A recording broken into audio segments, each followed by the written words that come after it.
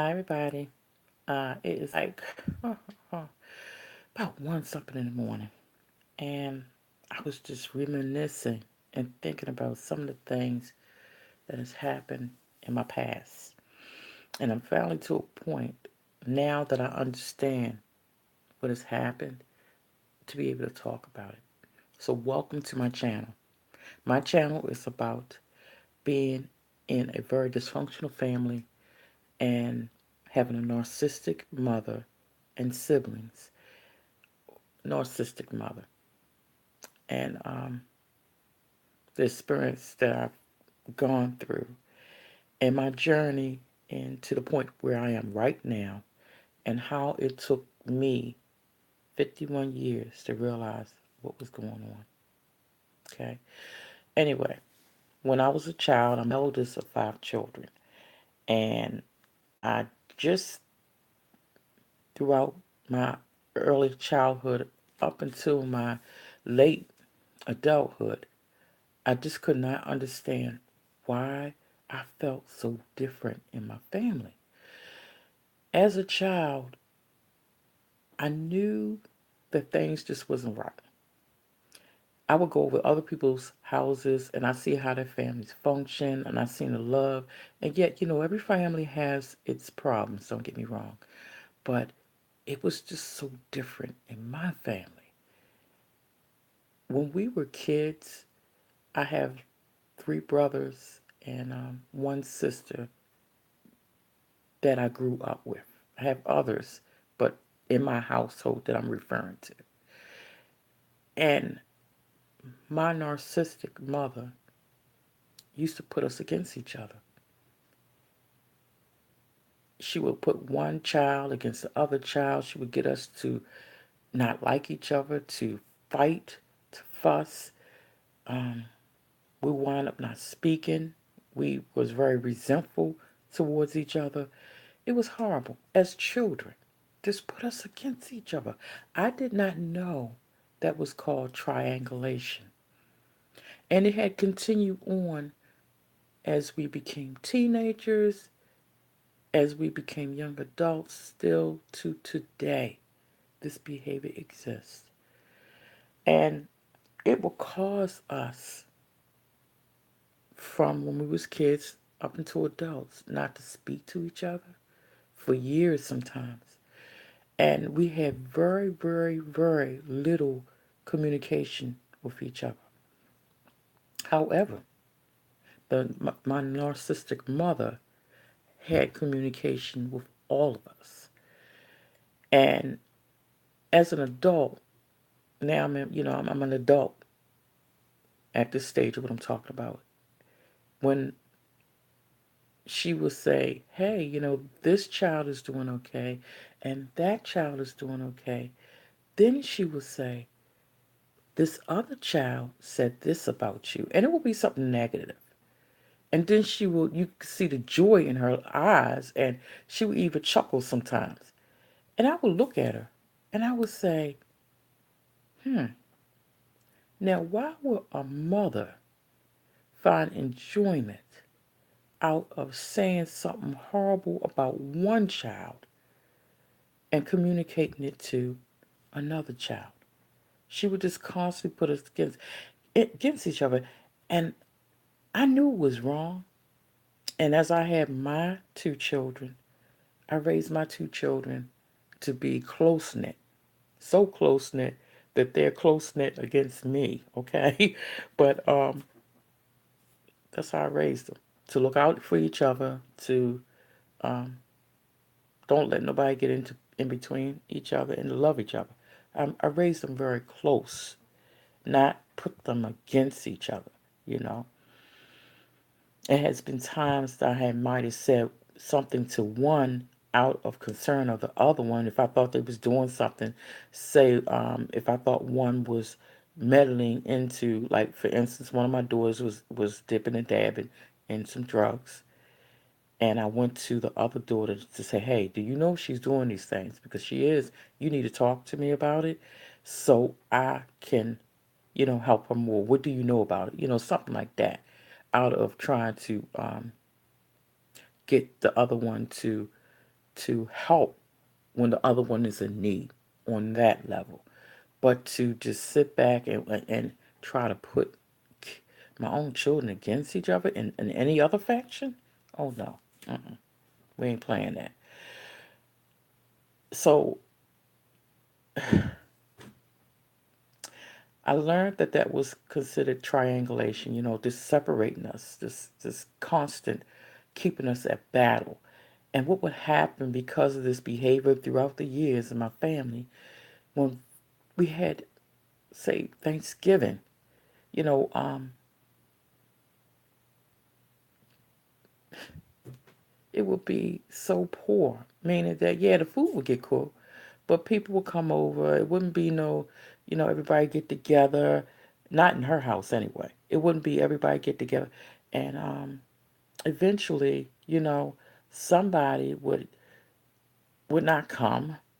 They never, my brothers would never bring their significant others over. It would be horrible, in my eyesight. It's not what I seen. If I was invited over to someone else's house, they would have family members over and they'd be gathered and they would just, families might have a little something, something in between each other, but for the most part, they don't very much love to each other. And even through their battles, they showed love. My family wasn't like that. And I just didn't understand until I was 51. I mean, 51, I finally found out what was going on in my family. Why we were so against each other, what it was called.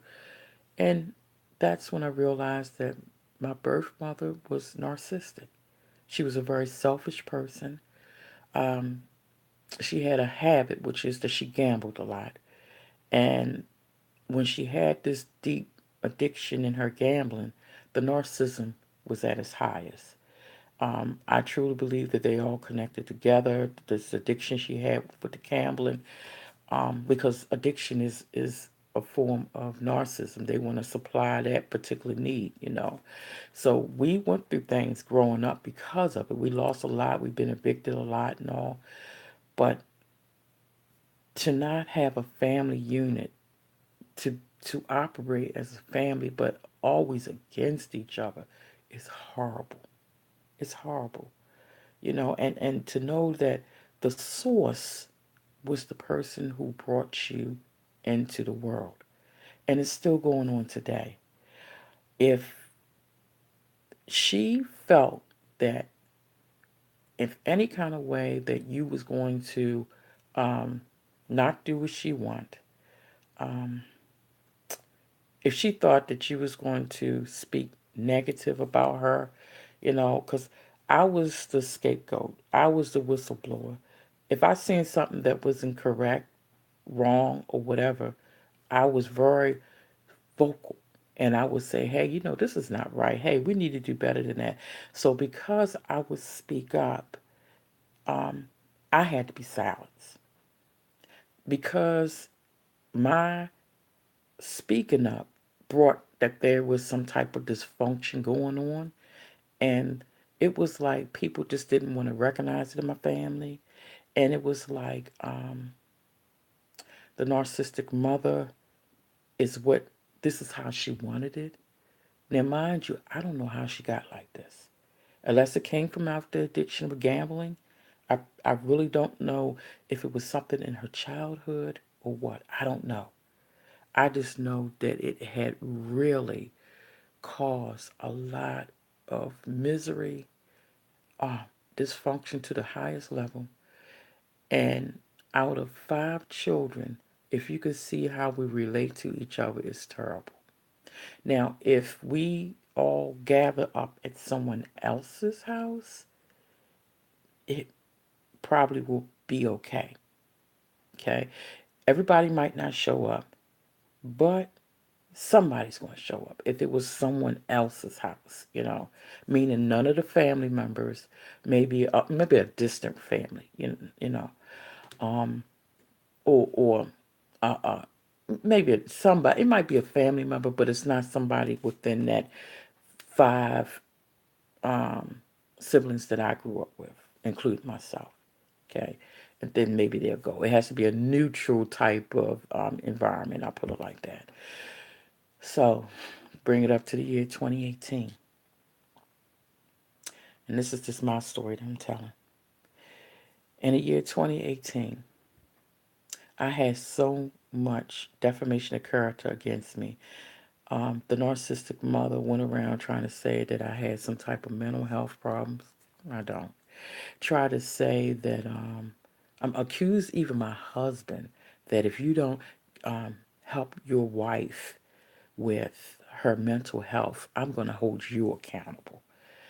I mean, how dare her? Okay, so you know that was for me and my husband. We didn't take that to be kind, and thank God that I have people that, especially my husband, that support me. The number one thing a narcissistic person always attempts to do is try to make you to be the crazy one. And I'm here to vouch you are not crazy if you have related to anything that I have said.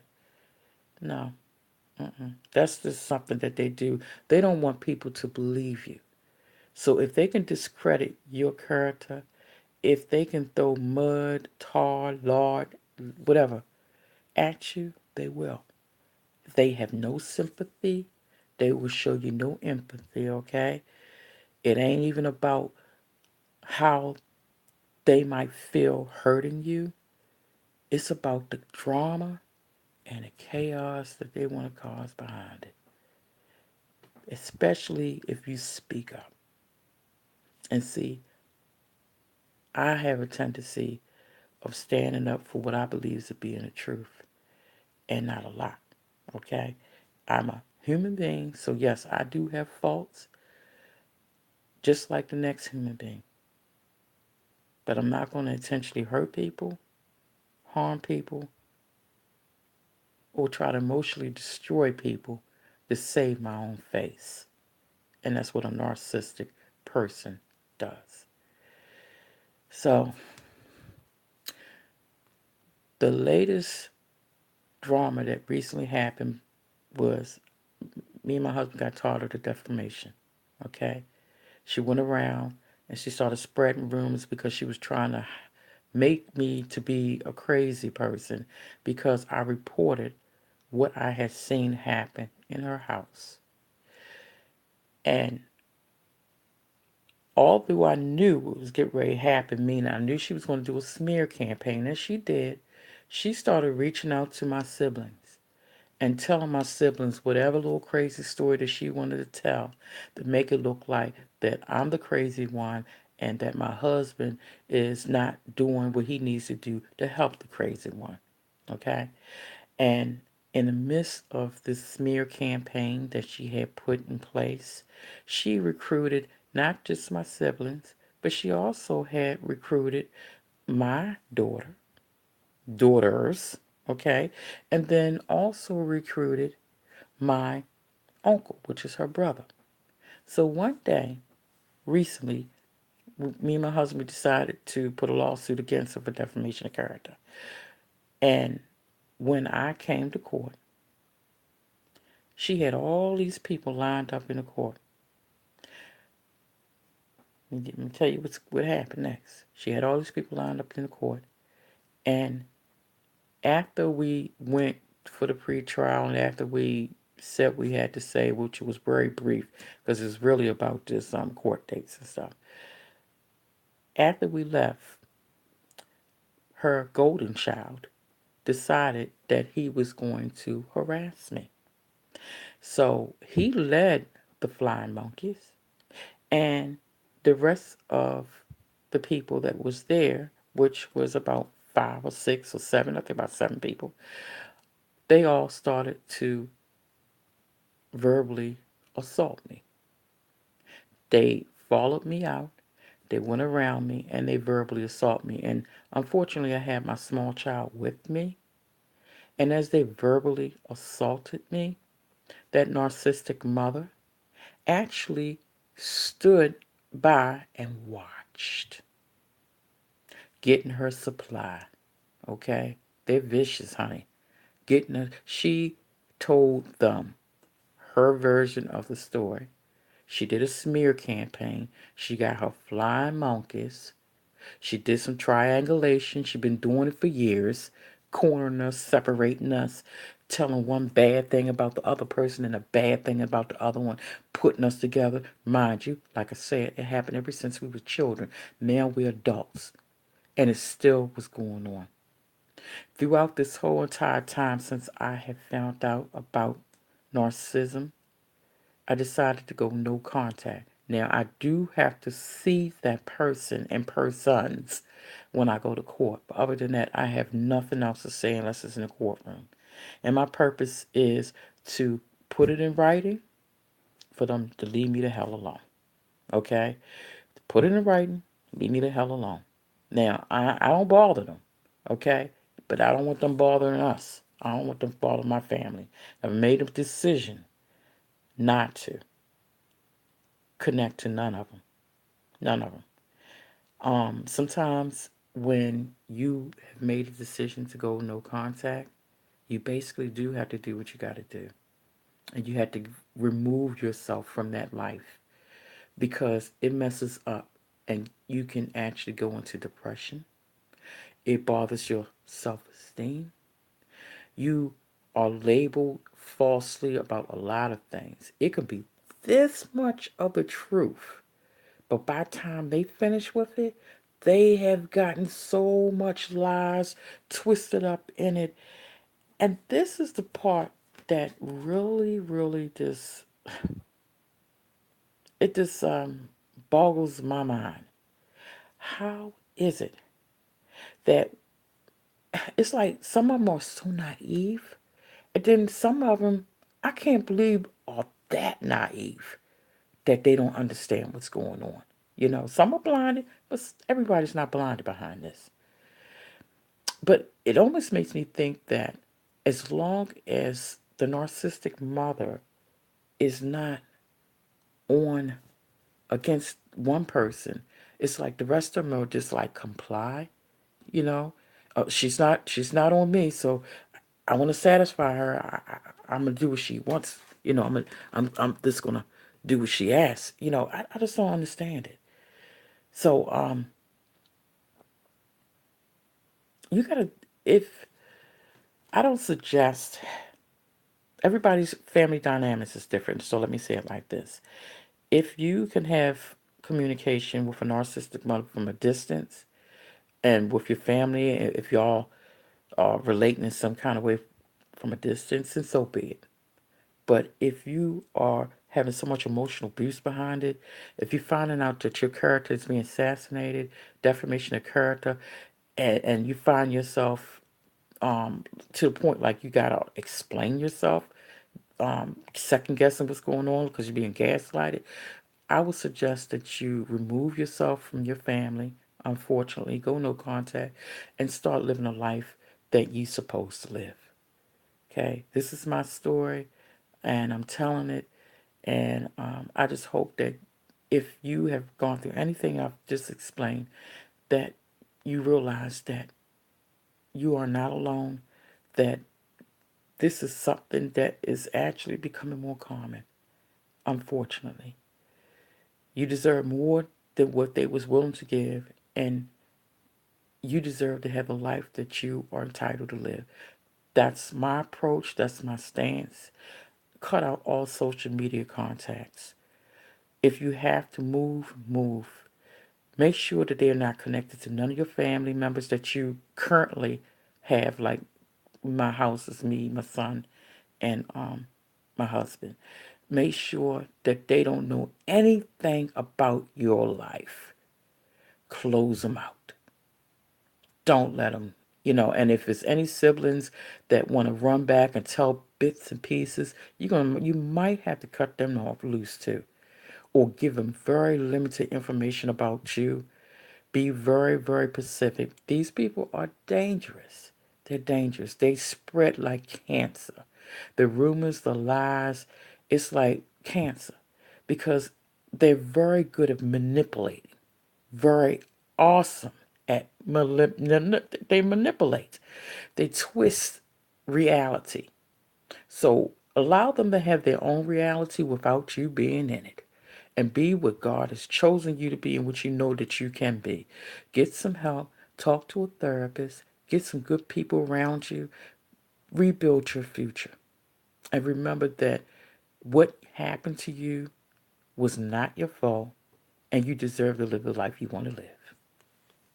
Please subscribe so anytime I do put up another video, you will get it, and put your notifications on. Please, if you've gone through any of this, put the comments down below so others can know it. Thank you, and talk to you later.